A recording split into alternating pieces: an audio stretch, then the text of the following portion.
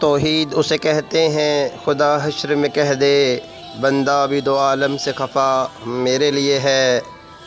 اللہ تعالیٰ قرآن مجید کے اندر ارشاد فرماتے ہیں، اعوذ باللہ من الشیطان الرجیم، بسم اللہ الرحمن الرحیم، قل من یرزقکم من السماء والارض امن یملک السمع والابصار ومن یخرج الحی من المیت وَيُخْرِجُ الْمَيِّتَ مِنَ الْحَيِّ وَمَن يُدَبِّرُ الْأَمْرَ فَسَيَقُولُونَ اللَّهُ فَقُلْ أَفَلَا تَتَّقُونَ۔ کہہ دیجئے میرے پیغمبر، ان سے پوچھئے کہ کون تم کو آسمان اور زمین سے رزق دیتا ہے؟ کون ہے جو سننے اور دیکھنے کا مالک ہے؟ اور کون ہے جو مردہ میں سے زندہ کو نکالتا ہے اور زندہ میں سے مردہ کو؟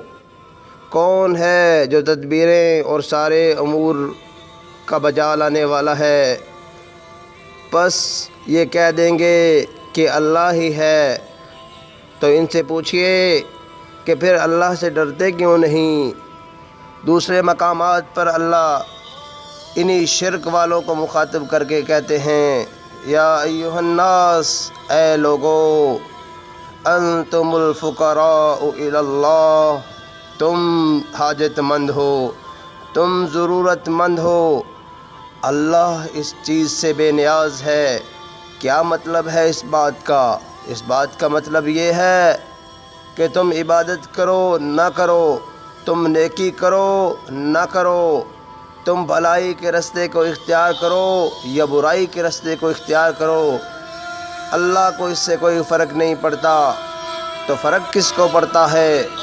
فرق پڑتا ہے مجھے اور آپ کو پڑتا ہے۔ نیکی کریں گے، اللہ کے بتائے ہوئے رستے کے اوپر چلیں گے تو قیامت کے دن جنت کے مستحق بن جائیں گے، اور اگر اللہ کے بتائے ہوئے رستے سے ہٹ گئے، نیکی کی بجائے برائی کے رستے کا تعین کر لیا، تو یقیناً ہمارا ٹھکانہ جہنم ہوگا۔ اللہ پناہ دے۔ اللہ تعالیٰ قرآن مجید کے اندر ارشاد فرماتے ہیں، یا ایھا الناس ضرب مثل فاستمعوا له ان الذين تدعون من دون الله لن يخلقوا ذبابا ولو اجتمعوا له وان يسلبهم الذباب شيئا لا يستنقذوه منه ضعف الطالب والمطلوب۔ کہ اے لوگو، اللہ مثال پیش کرتا ہے، غور سے سنو، کان لگا کے سنو۔ ان الذین تدعون، جن لوگوں کو تم پکارتے ہو، من دون اللہ، اللہ کے علاوہ، اللہ کے غیر میں سے، لن یخلقوا ذبابا، وہ ایک مکھی بھی پیدا نہیں کر سکتے، وَإِن يَسْلُبْهُمُ الذُّبَابُ شَيْئًا، اگر ان سے کوئی مکھی کوئی چیز چھین کے لے جائے، لا يستنقذوه منه، وہ اس سے واپس چھین بھی نہیں سکتے۔ مکھی بنانا تو دور کی بات، وہ مکھی سے چیز واپس بھی حاصل نہیں کر سکتے، اتنے بھی مالک نہیں ہیں۔ ضعف الطالب والمطلوب، جس کو پکارا جا رہا ہے وہ بھی ضعیف ہے، وہ بھی محتاج ہے۔ اوئے ہوئے، دیکھو تو صحیح کس کو پکار رہے ہو، جو خود محتاج ہے، اور پکارنے والا خود محتاج ہے، یعنی پکارنے والا بھی محتاج اور جس کو پکارا جا رہا ہے وہ بھی محتاج۔ تو کیوں نہ ہو دوستو، مر کے جس کے سامنے پیش کیا جانا ہے، جس نے ہمارے لیے بھلائی کا، اچھائی کا، جنت کا، جہنم کا اعلان کرنا ہے، کیوں نہ اس کو راضی کر لے۔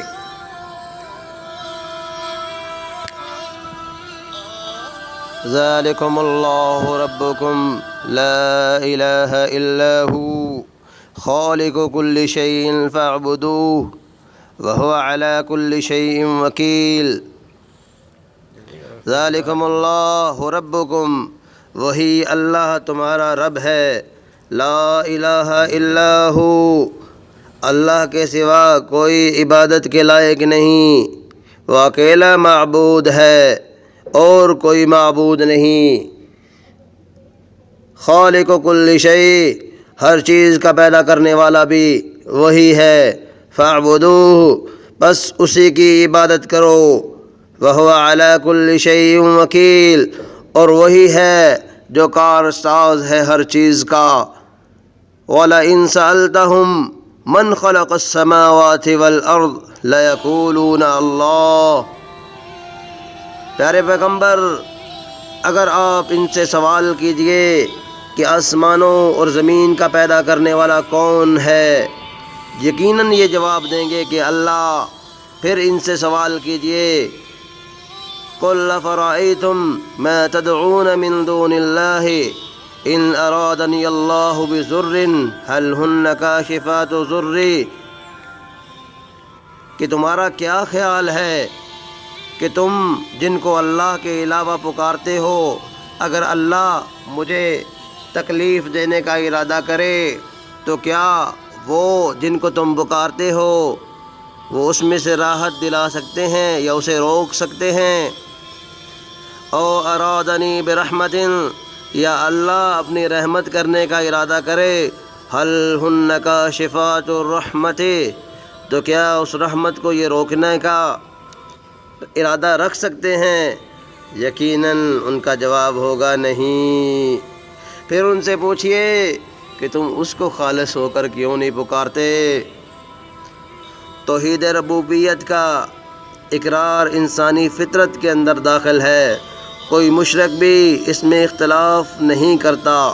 دنیا کے سارے گروہوں اور سارے کے سارے لوگوں کا یہی عقیدہ ہے، یہی ماننا ہے کہ زمین و آسمان کا بنانے والا اللہ ہے، لیکن مسئلہ وہاں سے جا کر پیدا ہو جاتا ہے جو اللہ کے ساتھ دیویاں اور معبود شریک بنا لیتے ہیں۔ وَقَالُوا مَا هِيَ إِلَّا حَيَاتُنَا الدُّنْيَا نَمُوتُ وَنَحْيَا وَمَا يُهْلِكُنَا إِلَّا الدَّهْرُ، اور انہوں نے کہا کہ ہماری تو یہی دنیا کی زندگی ہے، دنیا میں ہی مرتے ہیں اور یہیں دنیا کے اندر ہی ہلاک ہو جاتے ہیں۔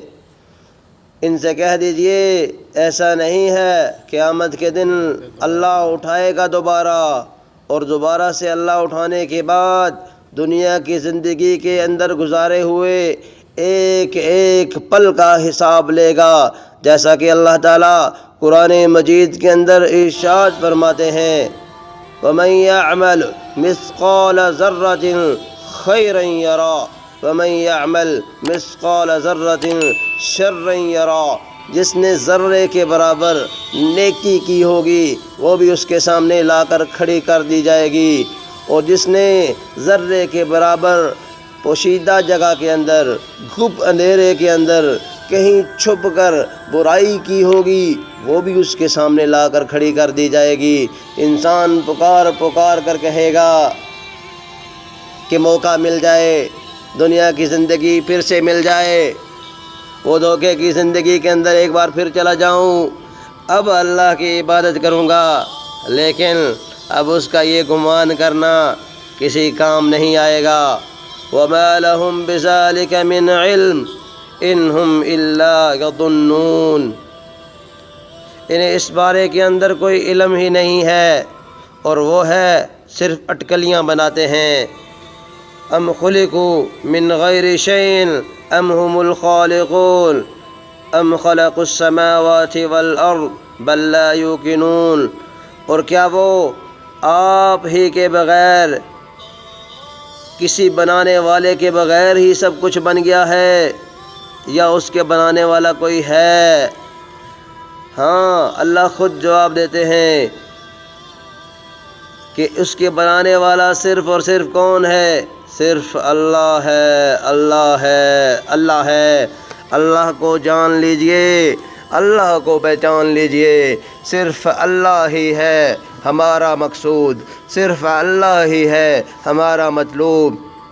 ہماری زندگی اللہ کے بتائے ہوئے رستے کے مطابق بن گئی، ہم کامیاب، اللہ ناراض ہو گیا، ہماری زندگی بھٹک گئی، گپ اندھیروں کے اندر چلے گئے، اللہ ناراض ہو گیا تو ہمارا سب کچھ بنا بنایا بگڑ گیا، کچھ حاصل نہیں ہوگا۔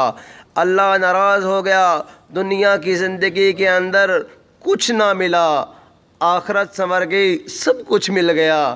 دنیا مل گئی، اللہ ناراض ہو گیا، کچھ نہیں ملا۔ دنیا نہیں ملی، اللہ راضی ہو گیا، سمجھو کام بن گیا۔ اللہ کو ہی راضی کرنا ہے، اللہ کے بتائے ہوئے راستے کے اوپر چلتے ہوئے اپنی زندگی کا ایک ایک پل گزارنا ہے، تاکہ قیامت کے دن اللہ تعالیٰ پکاریں کہ یہ وہ میرا بندہ ہے جو دنیا کی زندگی کے اندر ایسا عمل کر کے آیا ہے کہ میری رضا اور خوشنودی کو پا لیا ہے۔ ہم نے اپنی زندگی کے اندر ایسے عمل کرنے ہیں، ہمیں ایسے عمل کرنے ہوں گے کہ اللہ راضی ہو جائے، اللہ ہمارا مطلوب بن جائے، اللہ ہمارا مقصود بن جائے۔ ہماری زندگی کا پل پل، ہماری زندگی کا مرنا اور جینا، اٹھنا اور بیٹھنا، سونا، چلنا پھرنا، پورا کا پورا ایسا ہو جائے جیسے اللہ پسند کرتے ہیں۔ رسول اللہ صلی اللہ علیہ وسلم کی زندگی کو دیکھو نوجوانوں، رسول اللہ صلی اللہ علیہ وسلم کی زندگی کو پڑھو، دیکھو کہ رسول اللہ صلی اللہ علیہ وسلم نے اپنی مصیبتوں اور پریشانیوں کے اندر کس طریقے سے اپنی زندگی کو گزارا ہے، خوشیوں کے اندر کس طریقے سے اپنی زندگی کو گزارا ہے، مصائب اور تکلیف کو کس طریقے سے برداشت کیا ہے، ہر حال میں پکارا ہے تو اللہ کو پکارا ہے۔ اس طریقے سے اپنی زندگی گزاریے کہ قیامت کے دن بھی اللہ کہے، خدا حشر میں کہہ دے کہ بندہ دو عالم سے خفا میرے لیے ہے، صرف اللہ کو راضی کر لیجئے، سب ناراض ہو جائیں کوئی پرواہ نہیں، اللہ راضی ہو جائے بس اس چیز کی پرواہ کر لیجئے، اللہ کو منا لیجئے، اللہ تمہارے بگڑے کام بھی بنا دے گا، لیکن اللہ ناراض ہو جائے گا تو تمہاری ہر خواہش دھری کی دھری رہ جائے گی اور پھر اوندے منہ جہنم کے اندر ڈال دیے جاؤ گے۔ اللہ کو راضی کرو۔ اے انسان تو کس دھوکے کے اندر چلا گیا؟ اللہ تعالیٰ قرآن مجید کے اندر ارشاد فرماتے ہیں، یا ایھا الانسان ما غرک بربک الکریم، تو کس دھوکے کی زندگی کے اندر چلا گیا؟ تمہیں تو دنیا کی زندگی اس لیے دی تھی لیبلوکم ایکم احسن عملا، احسن عملا، احسن عملا، کہ کون ہے جو اچھے عمل کرے اور اللہ کو راضی کر لے، اللہ کو راضی کر لے، اپنی آزمائش میں سے پورا اتر جائے۔ اگر اس آزمائش کے اندر سے اچھے گزر گئے، پورے اتر گئے، اللہ کو منا لیا تو سمجھے اپنا کام ہو گیا۔ اللہ سے دعا ہے کہ اللہ جو تو رستہ بتایا ہے اسی رستے کے اوپر عمل کرنے کی توفیق دے، یا اللہ اسی رستے کے اندر ہمیں موت دے جس پہ تو راضی ہے، تو راضی ہو گیا تو ہمارا کام بن جائے گا۔ وآخر دعوانا الحمد للہ رب العالمین۔